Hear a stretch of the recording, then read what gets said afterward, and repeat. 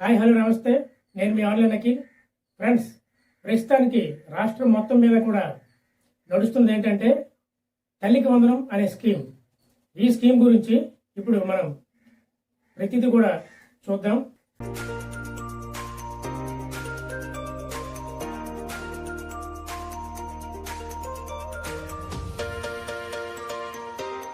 తల్లికి వందనం అనే స్కీమ్ అనేది లేటెస్ట్గా ఈ నెల 12వ తేదీన లాంచింగ్ చేయడం జరిగింది. అదేవిధంగా చాలామందికి అమౌంట్ అనేది అదే రోజున క్రెడిట్ అవ్వడం కూడా జరిగింది. ఇంకా చాలామందికి క్రెడిట్ అవ్వాల్సి ఉంది.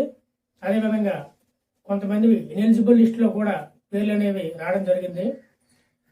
ఎవరు ఎలిజిబుల్ లిస్టులో ఉన్నాయో లేదా ఎవరివి ఎలిజిబుల్ లిస్టులో ఉన్నాయో మీ యొక్క గ్రామ సచివాలయంలో లిస్టులు అనేవి డిస్ప్లే చేయడం జరిగింది.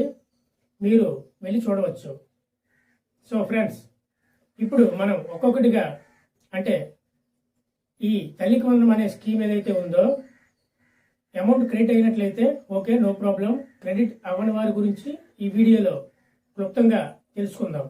ఫ్రెండ్స్, ఈ తల్లికి వందనం అనే స్కీమ్ ఏదైతే ఉందో ఇది ఎవరికి వస్తుంది అనే విషయాన్ని చూసుకున్నట్లయితే 1వ క్లాస్ నుంచి ఇంటర్మీడియట్ వరకు చదువుతున్న ప్రతి విద్యార్థికి కూడా ఈ స్కీమ్ అనేది అందనుంది. అదేవిధంగా ఒకవేళ ఒక కుటుంబంలో ఇద్దరు వ్యక్తులు కూడా ఈ 1 నుంచి ఇంటర్మీడియట్ మధ్యలో చదువుతున్నట్లయితే ఆ ఇద్దరికి కూడా ఈ స్కీమ్ అనేది ఇవ్వనున్నారు. ఈ స్కీమ్ పొందాలి అనుకుంటే గవర్నమెంట్ స్కూల్, కొంతమందికి అపోహ ఉండొచ్చు, ప్రైవేట్ స్కూల్లో చదువుతున్న వ్యక్తులకి ఈ స్కీమ్ అనేది అందదు అని చెప్పేసి చాలా మంది చెప్పడం జరిగింది. కానీ ప్రైవేట్ స్కూల్ అదేవిధంగా గవర్నమెంట్ స్కూల్ 2 స్కూల్లో కూడా చదువుతున్న వారికి ఈ స్కీమ్ అనేది ఇవ్వనున్నారు. అదేవిధంగా చదువుతున్న వ్యక్తికి అటెండెన్స్ అనేది 75% పూర్తి ఉండాలి. స్టూడెంట్కి మరియు పేరెంట్స్కి ఆధార్ కార్డ్స్ అనేవి ఖచ్చితంగా ఉండాలి. ఇంకో ముఖ్యమైన విషయం ఏంటంటే గతంలో అదేవిధంగా ఇప్పుడు కూడా ఈ స్కీమ్స్ అనేవి అన్నీ కూడా హెచ్హెచ్ మ్యాపింగ్ అనే నమోదును దృష్టిలో పెట్టుకొని ఇవ్వడం జరుగుతుంది. కాబట్టి స్టూడెంట్స్ అయిన ప్రతి ఒక్కరు కూడా ఈ హౌస్ హోల్డ్ మ్యాపింగ్ అనేది ఏదైతే ఉందో అది చేయించుకోవాలి. ఉంటే నో ప్రాబ్లం. ఒకవేళ లేనట్లయితే మీ గ్రామ సచివాలయంకి వెళ్ళి పంచాయతీ సెక్రటరీ ద్వారా ఈ హౌస్ హోల్డ్ మ్యాపింగ్ అనేది చేసుకున్నట్లయితే మీకు ఈ స్కీమ్తో పాటు అన్ని స్కీమ్స్ కూడా వర్తిస్తాయి.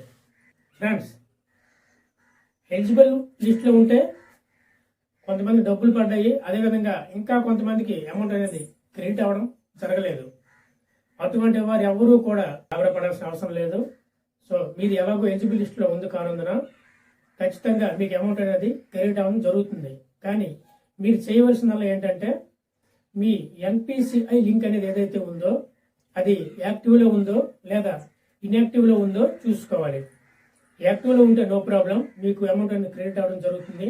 ఇన్ కేస్ ఇన్యాక్టివ్లో ఉన్నట్లయితే మీరు ఏదైతే బ్యాంక్ అకౌంట్ని రన్ చేస్తున్నారో ఆ బ్రాంచ్కి వెళ్ళి మీ యొక్క ఆధార్ను బ్యాంక్ అకౌంట్ తీసుకుని వెళ్ళి ఎన్పిసిఐ లింక్ అనేది చేయించుకోండి.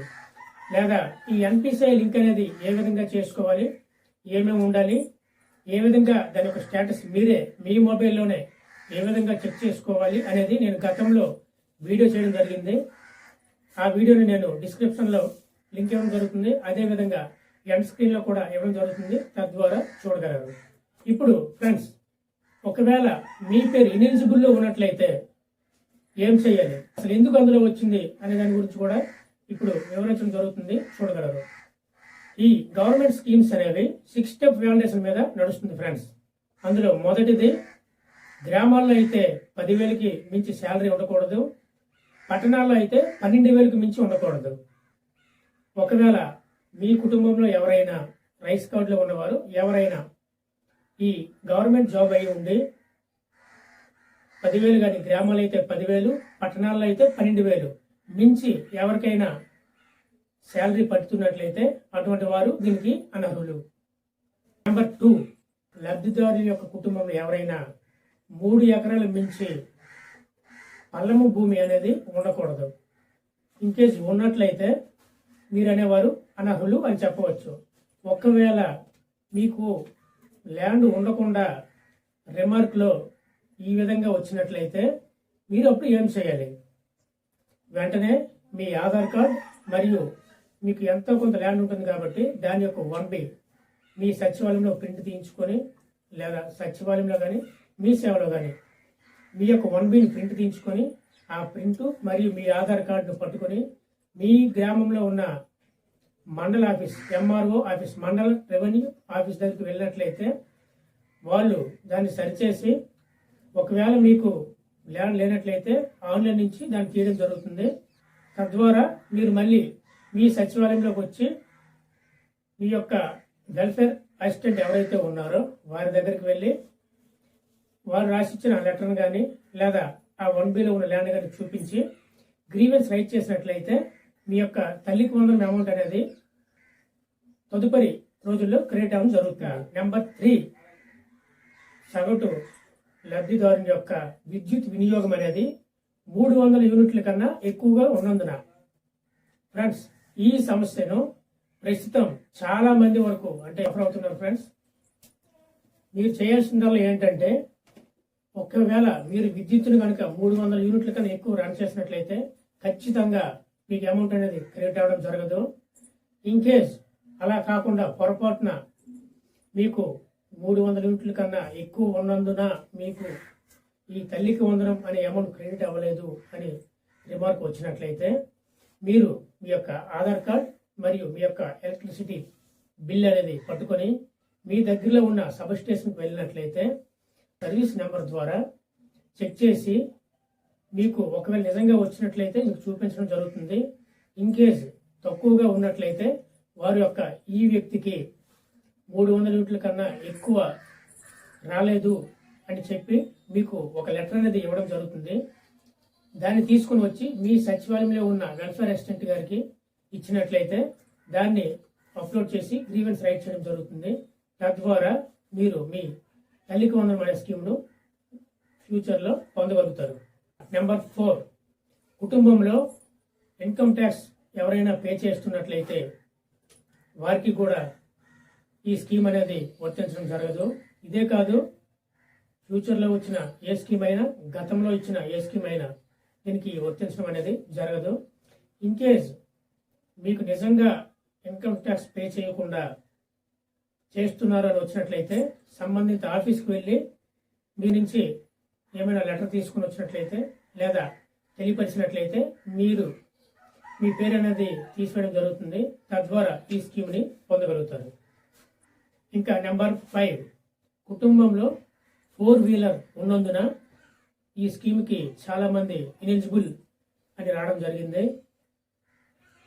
కారు కానీ అంతకు మించి ఏమైనా వాహనాలు ఉన్నట్లయితే ఈ స్కీమ్కి అదేవిధంగా అనర్హులు అని చెప్పవచ్చు. నెంబర్ 6, 1000 చదరపు అడుగుల కన్నా ఎక్కువ ల్యాండ్ అనేది పట్టణాల్లో ఉన్నట్లయితే మీరు ఈ స్కీమ్కి అనేది ఇనెలిజిబుల్గా అని రావడం జరిగింది చాలా మందికి. సో ఈ 6 స్టెప్ వ్యాలిడేషన్ అనేది ఏదైతే ఉందో చెప్పిన వాటిలో ఏమైనా ఎవరికైనా ఉన్నట్లయితే ఖచ్చితంగా మీకు ఈ అమౌంట్ అనేది క్రెడిట్ అవ్వదు. ఇన్ కేస్ లేకుండా ఉన్నట్లు చూపించినట్లయితే సంబంధిత ఆఫీస్కి వెళ్ళినట్లయితే ఖచ్చితంగా మీకు వాళ్ళు లెటర్ కానీ లేదా మీ పేరును తొలగించడం కానీ జరుగుతుంది. తద్వారా ఇక్కడ సచివాలయంకి వచ్చి గ్రీవెన్స్ రైట్ చేసినట్లయితే మీ అమౌంట్ అనేది క్రెడిట్ అవ్వడం జరుగుతుంది. ఈ గ్రీవెన్స్ అభ్యర్థనలు అనేవి ఈ నెల 30వ తేదీ వరకు సచివాలయంలో స్వీకరించడం జరుగుతుంది. మీకు డౌట్ రావచ్చు, ఈ అమౌంట్ అనేది ఎప్పుడు క్రెడిట్ అవుతుంది? ఈ గ్రీవెన్స్ అన్ని చూసుకొని వచ్చే నెల 5వ తేదీన ఈ అమౌంట్ అనేది క్రెడిట్ అవ్వడం జరుగుతుంది. సో ఎవరు కూడా తొందరపడకండి. అదేవిధంగా ముఖ్యంగా మీరు చేయవలసింది ఏంటంటే మీ అకౌంట్కి NPCI లింక్ అనేది ఏదైతే ఉందో అది ఉందో లేదో చెక్ చేసుకోండి. ఉన్నట్లయితే నో ప్రాబ్లం, ఖచ్చితంగా మీకు అమౌంట్ అనేది క్రెడిట్ అవ్వడం జరుగుతుంది. ఫ్రెండ్స్, ఇంకో ముఖ్యమైన విషయం ఏంటంటే 1వ క్లాస్ నుంచి ఇంటర్మీడియట్ వరకు చదువుతున్న అన్ని కేటగిరీకి చెందిన వ్యక్తులకి తల్లి అకౌంట్లో అమౌంట్ అనేది క్రెడిట్ అవ్వడం జరుగుతుంది. కేవలం ఇంటర్మీడియట్ చదువుతున్న వారికి మాత్రం అంటే ఇంటర్మీడియట్లో ఎస్సీ కేటగిరీ చెందిన వారికి మాత్రం మదర్ అకౌంట్ కాకుండా స్టూడెంట్ అకౌంట్లో అమౌంట్ అనేది క్రెడిట్ అవడం జరుగుతుంది. సో ఈ విషయాన్ని ప్రతి ఒక్కరు కూడా గమనించి చాలా వరకు స్టూడెంట్స్కి అకౌంట్లు అనేవి ఓపెన్ చేయడం జరిగింది. ఇన్ కేస్ ఇంటర్మీడియట్ చదువుతున్న ఎస్సీ కేటగిరీ చెందిన వారు ఎవరైనా ఉంటే అకౌంట్ అనేది ఓపెన్ చేసుకోనట్లయితే, అంటే ఎంతవరకు బ్యాంక్ అకౌంట్ అనేది లేనట్లయితే మీరు ఖచ్చితంగా ఏదైనా బ్యాంకులోకి వెళ్ళి, అది ఏమైనా ప్రైవేట్ బ్యాంక్ అవ్వచ్చు, లేదా గవర్నమెంట్ బ్యాంక్ అవ్వచ్చు, లేదా పోస్టల్ అకౌంట్ అవ్వచ్చు, ఏదైనా ఒక అకౌంట్ను స్టూడెంట్ పేరు మీద ఓపెన్ చేయండి. చేసినట్లయితే మీకు అమౌంట్ అనేది మీ యొక్క ఖాతాలో క్రెడిట్ అవడం జరుగుతుంది. ఈ విషయాన్ని ప్రతి ఒక్కరు కూడా గమనించి తెలుసుకోగలరు. సో ఫ్రెండ్స్, ఈ తల్లికి వందనం అనే స్కీమ్ ఏదైతే ఉందో దాని యొక్క స్టేటస్ చెక్ చేసుకున్న లింక్ అనేది గవర్నమెంట్ వారు ప్రొవైడ్ చేయడం జరిగింది. దాన్ని నేను డిస్క్రిప్షన్లో ఇవ్వడం జరుగుతుంది. ఆధార్ కార్డ్ని ఎంటర్ చేసి క్యాప్చా కొట్టి గెట్ ఓటీపీ కొట్టినట్లయితే మీ ఆధార్ కార్డ్కి ఏ నెంబర్ అయితే లింక్ ఉందో దానికి ఓటీపీ రావడం జరుగుతుంది. ఆ ఓటీపీని ఎంటర్ చేసి గెట్ డీటెయిల్స్ అని కొట్టినట్లయితే మీ తల్లికి వందనం స్కీమ్ యొక్క స్టేటస్ అనేది, అంటే అమౌంట్ క్రెడిట్ అయిందా, ఒకవేళ అయితే ఎప్పుడైంది, ఏ తేదీలో అయింది, లేదా క్రెడిట్ అవ్వలేదా, అవ్వకపోతే ఎందుకు, రీజన్ ఏంటి అనేది కూడా చూపించడం జరుగుతుంది. తద్వారా మీరు చూడగలరు.